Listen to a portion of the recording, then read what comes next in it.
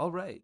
So in our last example, we calculated the current flow and the V equals IR relationship for a sort of axial situation, something resembling a wire. It could be an irregular cross section, but the point is that essentially you have a flow of current that is going along the axis of this cylinder, and the potentials, the equipotentials, are on the two surfaces at the end at v equals 0 on the left side and v equals v0 on the right side.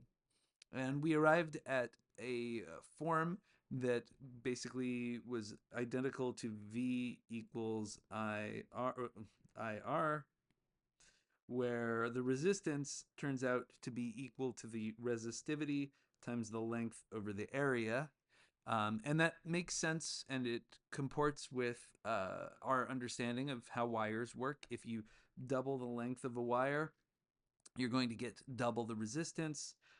If you double the cross-sectional area of a wire, you're going to have the resistance. So the resistance is inversely proportional to the cross-sectional area. You'll also recall that when we did this problem, we kind of skipped the integral because the integral was sort of implicit in that relationship, because we asserted that the current density, which we didn't assert, but we sort of reasoned that the current density is uniform throughout this cross section, and so the integral really just boils down to the density times the area. We're going to now do a more complicated problem where the integral is no longer implicit. We're actually going to have to do an integral. And our symmetry is very different. In this problem, we are applying a voltage to some central metallic cylinder, and then there's an outer cylinder that we're holding at ground at a potential of V equals 0. So this is a coaxial situation. And the potential difference is between the inner and the outer cylinder. And it is continues some length in the z direction, and the radii of the two cylinders are A and B. And we can tell from the symmetry of this problem that, first of all, the E field will be equal anywhere along a constant radius. It will also be equal along the axis of this coaxial arrangement. In between these two cylinders, I should say, is a material that is sort of a poor conductor. So current can flow, but it can't flow well. We also know that the E field will be constant at the same R if you move to the left and right, and so those are our symmetries. And it's going to work out, of course, that the current is going to flow outward radially.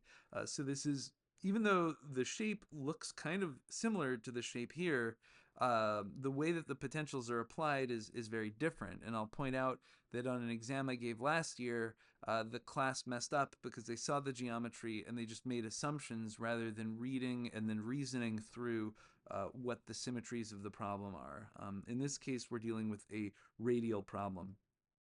Now, as you'll recall, the formula that is sort of the microscopic formulation of Ohm's law is that J, the current density, is equal to sigma, the conductivity, times the E field.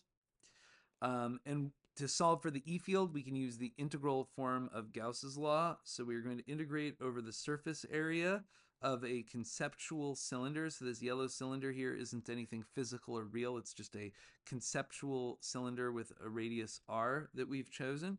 And that if we integrate the electric flux over that cylinder, it will be equal to the enclosed charge divided by E naught. And so we do this integral, and because we are integrating around a fixed radius along the surface of this cylinder, the E field is constant and we can take it out of the integral. And there's no contribution to the integral from the two faces of the cylinder because we know that the E field is pointing radially. There's no component of the E field pointing axially. And so therefore, this integral turns into the constant value of the E field as evaluated at R, times the integral of just the area, which is just the formula for the area of the side of a cylinder, or 2 pi RL. And then we can solve for E and its radial dependence, and we get that E is equal to the enclosed charge divided by 2 pi E naught R times L. L is a constant, but R could be a variable. It's constant in this particular hypothetical cylinder, but we can draw a different cylinder with a different R and we'll get the same relationship. So R is our dependent variable, and we have a 1 over R relationship in our E field, meaning that the E field gets weaker as you go further and further away from this central cylinder, and it's pointing, of course, in the R direction. Now, we have a Q enclosed and an L in the denominator, and these together are actually the linear charge density. So that's the charge per unit length. And so we can rewrite the formula as that the E field equals the linear charge density divided by 2 pi E naught, 1 over R in the R hat direction. If we want to calculate a formula for the voltage, and the voltage, by the way, is going to be the difference between V0 and V equals 0. We would take the integral going out from A to B of the E field dl, and we have a formula for the E field up here. So we do that integral, we can take the constants out, and we get an integral of dr over r, which we know gives us a natural log. So we get that the voltage is equal to negative the charge density over 2 pi E naught times log of A minus log of B. And since we have a minus sign out of here, we can get rid of that minus sign and write it as log of B minus log of A. And that, of course, equals log of B over A. This is a positive number, which makes sense. So our voltage is a positive number. And we can now solve for the line density in terms of the voltage, because we know what the voltage applied is. It's V0. It's V0 minus 0 is the voltage applied. And we can determine what the line density is. The line density occurs because we are maintaining a voltage here. We're going to have more charge in the neighborhood of this cylinder than in the neighborhood of this cylinder. And so any enclosed volume is going to have a net charge density. So that line charge density in terms of the voltage, we just take this formula and we solve for lambda, and we get that lambda is 2 pi E naught over times V divided by log of B over A. Now, we're not going to use this yet, but hold on to that thought. This is something we're going to need at the end of the problem. Now, if we want to take the relationship J equals sigma E, well, we can write that out as being sigma times lambda over 2 pi E naught 1 over R hat. This is just plugging in the formula for E that we derived up here. And if we want to calculate current, then we need to do an integral over the surface area of our conceptual barrel. So we go back to this conceptual barrel, and we want to measure the flow of current over the surface area. And again, we can ignore the two top and bottom caps of the cylinder because the current is going to be radial. We only need to factor in the side of the cylinder. And so we do our integral over that surface area of dA dot j. We get these constants. Then we do the dA in the 1 over r. But as I pointed out, even though r is a variable sort of that we can vary after we take the integral, for a given hypothetical cylinder, it's a fixed value.